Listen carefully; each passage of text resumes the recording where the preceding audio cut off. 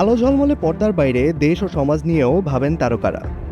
ব্যস্ত শিডিউলের মাঝেও দেশের উন্নয়ন ও স্থিতিশীলতা নিয়ে রয়েছে তাদের স্পষ্ট মতামত।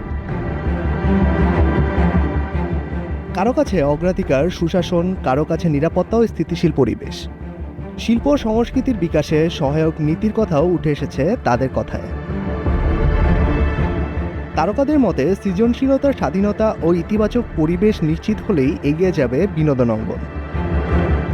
আমার মনে হয় আমার সাথে সাথে আমাদের দেশের সব জনসাধারণের একটাই আসলে উত্তর, যে সুষ্ঠু, দুর্নীতিমুক্ত এবং এটাই তো চাওয়া, আমাদের একটা সুন্দর সরকার চাই। ইতিহাসের সবচেয়ে ভালো নির্বাচন আমরা আশা করছি, এবং সবার অংশগ্রহণমূলক।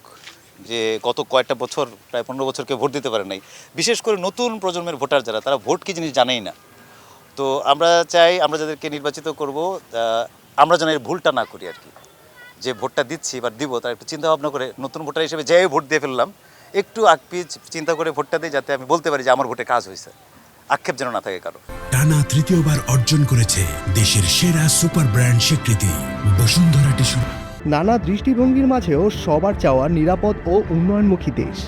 এ বিষয়ে তারকারা আরও বলেন, জনগণের সরকার জনগণকে বুঝবে, জনগণকে ভালোবাসবে। জনগণকে ভালোবাসা মানে কিন্তু দেশকে ভালোবাসা।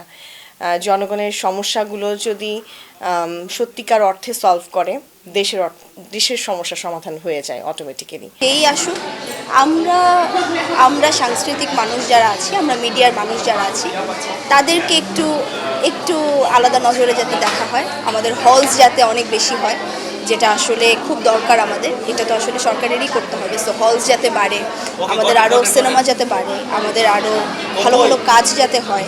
সো সব কিছু মিলিয়ে আমার মনে হয়, যেহেতু আমি মিডিয়ার মানুষ, আমার চাওয়াটাও মিডিয়া ঘিরাই। ভিন্নমত থাকলেও একটি বিষয়েই একমত তারা, উন্নত, নিরাপদ ও সংস্কৃতি মনস্ক বাংলাদেশ গড়তে প্রয়োজন দায়িত্বশীল নেতৃত্ব।